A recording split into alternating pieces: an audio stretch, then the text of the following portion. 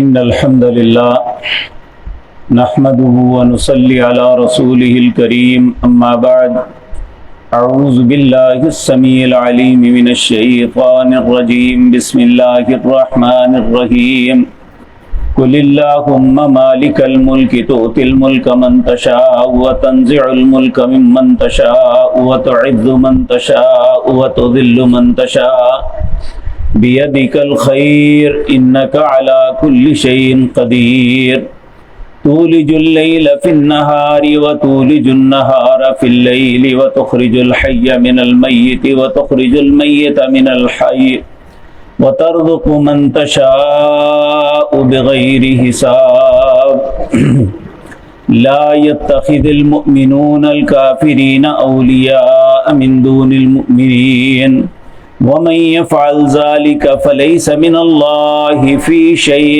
إلا أن تتقوا منهم تقى ويحذركم الله نفسا وإلى الله المصير۔ حضرات محترم،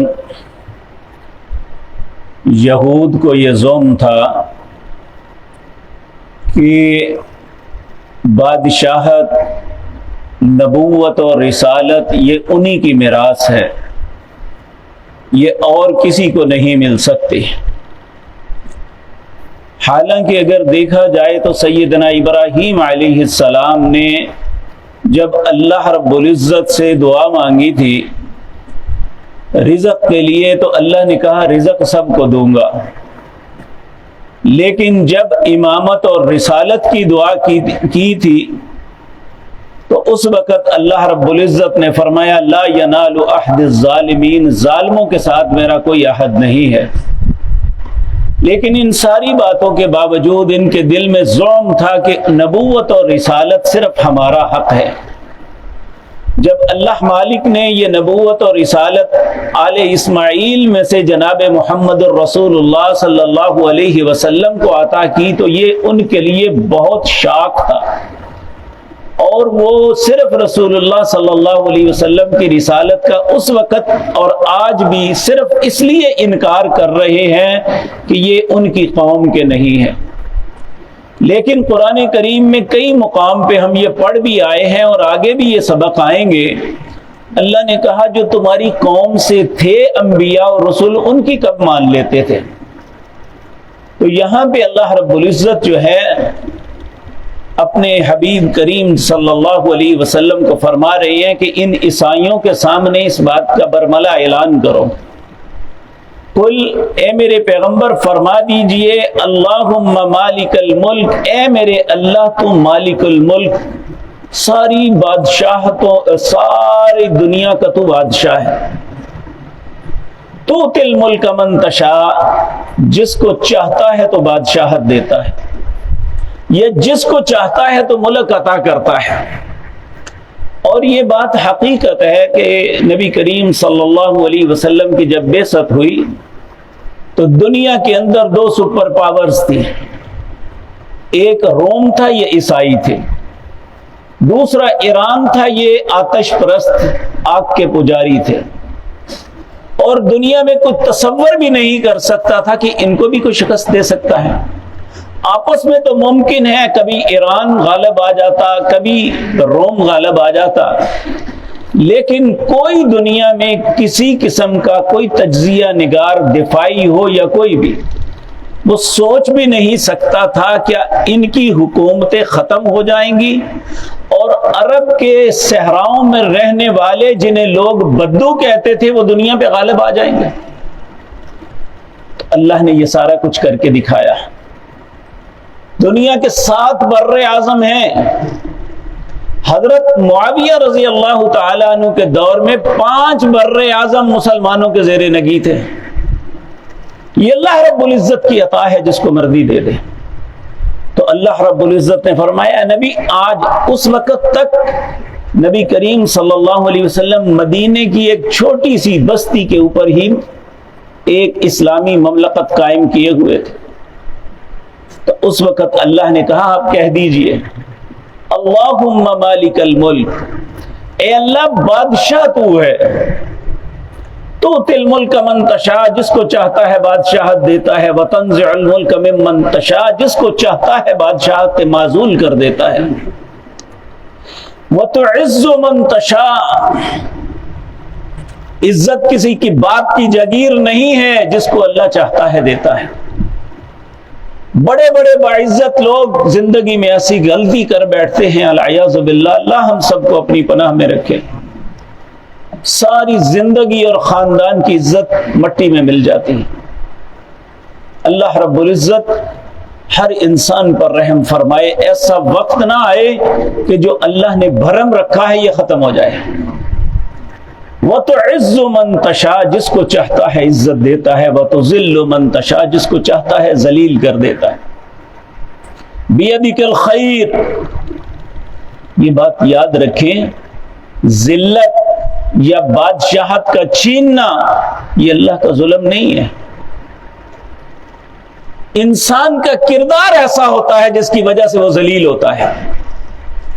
انسان اس بادشاہت کا حق نہیں ادا کرتا جس کی وجہ سے اللہ معزول کر دیتے ہیں۔ بیدک الخیر، اسی کے ہاتھ میں ساری بھلائیاں ہیں۔ اگر کوئی انسان بھلائی کا طالب ہے تو بھلائی اللہ کے پاس ہے، کوئی عزت کا طالب ہے تو عزت اللہ کے پاس ہے۔ دنیا میں عزت نہیں، دنیا والے کسی کو عزت نہیں دے سکتے۔ اگر کوئی عزت ملتی ہے تو اللہ رب العزت کی ذات سے ملتی ہے۔ انک علی کل شیء قدیر، اللہ ہر چیز پہ قادر ہے، یعنی جو ارادہ اللہ مالک فرما لے اس ارادے کے سامنے کوئی شخص نہیں کھڑا ہو سکتا۔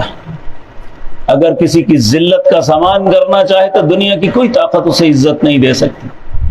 اگر اللہ مالک کسی کو عزت سے نوازنا چاہے تو دنیا کی کوئی طاقت اسے ذلیل نہیں کر سکتی۔ یہ اللہ مالک کی انک علی کل شیء قدیر، اللہ ہر چیز پہ قادر ہے۔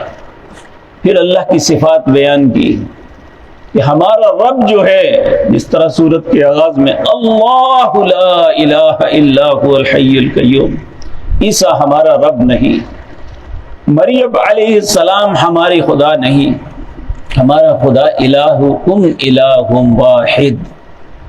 اس کی صفات کیا ہے؟ تولج اللیل فی النہار وتولج النہار فی اللیل، وہ رات کو دن میں داخل کرتا ہے اور دن کو رات میں۔ اب دیکھیں رات کے اندھیرے تھے، اب جیسے جیسے وقت گزرے گا رات دن میں داخل ہو جائے گی۔ اللہ رب العزت سورت یاسین کے اندر فرماتے ہیں وَآیَةٌ لَهُمُ اللَّيْلُ نَسْلَخُ مِنْهُ النَّهَارِ، میں نسلخ کہتے ہیں جس طرح قصاب بکرے کی کھال اتارتا ہے نا کھینچ کے، اللہ کہتے ہیں میں دن کو رات اور رات کو دن سے ایسے کھینچ کے الگ کرتا۔ تو آپ دیکھیں آج دنیا میں جدید سائنس ہمیں بتاتی ہے کہ دنیا اپنے مدار کے گرد گھوم رہی ہے۔ اب یہاں کیفیت یہ ہے کہ اب یہاں دن چڑھ رہا ہے، لیکن انتہائی مغرب میں جائیں تو وہاں رات چھا رہی ہے، یعنی دن کا وہ حصہ جو سورج کے سامنے آ رہا ہے اس میں دن آئے گا، جو دوسرے طرف ہے اس میں رات چھا جائے گی۔ تو یہ اللہ مالک کے ہاتھ میں ہے، جیسے چاہتا ہے کرتا ہے۔ اور ہم دیکھتے ہیں کہ نہ رات ایک جیسی ہمیشہ رہتی ہے نہ دن ایک جیسا رہتا ہے۔ آپ دیکھ لیں کہ جب گرمیاں شروع ہو رہی تھی ہر دن رات چھوٹی ہو رہی تھی، دن بڑھ رہا تھا، اور 22 جون کے بعد اب دوبارہ راتیں چھوٹی ہو رہی ہیں، دن چھوٹے ہو رہے ہیں، راتیں بڑھ رہی ہیں۔ تو یہ اللہ مالک کے ہاتھ میں ہے۔ تولج اللیل فی النہار وتولج النہار فی اللیل وتخرج الحی من المیت، وہ زندہ سے مردہ کو نکالتا ہے۔ کیا مطلب؟ انڈا ایک مردار یعنی بے جان چیز ہے، تو زندہ سے انڈا نکلا، یا اسی طرح ایماندار سے کافر نکلا، نوح علیہ السلام کا جس طرح بیٹا تھا، اور اسی طرح وَتُخْرِجُ الْمَيَّتَ مِنَ الْحَيِّ، مردہ سے زندہ کو نکالتا ہے، یعنی انڈے سے چوزا نکلتا ہے۔ یا اس طرح آپ سمجھ لیں جس طرح آزر ابراہیم علیہ السلام کا باپ تھا، اور اس کے بطن سے، اس کی پشت سے بیٹا پیدا ہوا، وہ انبیاء کا باپ بنا، انبیاء کا امام بنا۔ تو یہ اللہ کے ہاتھ میں ہے کہ زندہ سے مردہ اور مردہ سے زندہ نکالے۔ وَتَرْزُقُ مَن تَشَاءُ بِغَيْرِ حساب۔ آج جو ہمارا عقیدہ بنا ہوا ہے کہ ہم اپنے رزق کے آپ مالک ہیں، میں اپنی کاریگری کی وجہ سے رزق کماتا ہوں، زبان کی تیزی کی وجہ سے کماتا ہوں، اپنی عقل کی وجہ سے نہیں، رزق اللہ کے ہاتھ میں ہے۔ اور اللہ رب العزت فرماتے ہیں وَتَرْزُقُ مَن تَشَاءُ بِغَيْرِ حساب، وہ جس کو چاہتا ہے بغیر حساب کے رزق دیتا ہے۔ پھر اللہ اہل ایمان کو حکم دے رہے ہیں لا يتخذ المؤمنین الکافرین اولیاء من دون المؤمنین، نہیں چاہیے اہل ایمان کو کہ وہ مومنوں کے علاوہ غیر مومنوں کو، یعنی غیر مسلمانوں کو دوست پکڑیں۔ وَمَن يَفْعَلْ ذَلِكَ فَلَيْسَ مِنَ اللَّهِ فِي شَيْءٍ، جو شخص مسلمانوں کو چھوڑ کے غیر مسلمانوں کو اپنا ہمدرد سمجھے گا، انہیں اپنا دوست تصور کرے گا، مسلمانوں پہ غیر مسلمانوں کو ترجیح دے گا، اللہ کے ہاں فَلَيْسَ مِنَ اللَّهِ فِي شَيْءٍ، اللہ کے ہاں وہ کچھ بھی نہیں کر سکے، یعنی اللہ کے ہاں وہ ہمیشہ پریشان ہوگا۔ الا ان تتقوا منهم تقا، مگر اللہ تمہیں حکم دیتا ہے تم ان سے بچو اور ان کو اپنے آپ سے الگ رکھو۔ وَيُحَذِّرُكُمُ اللَّهُ نَفْسَهُ، اللہ سے اپنے آپ کو ڈرا کے رکھو۔ وَإِلَى اللَّهِ الْمَصِيرُ، لوٹ کے اللہ ہی کی طرف جانا ہے۔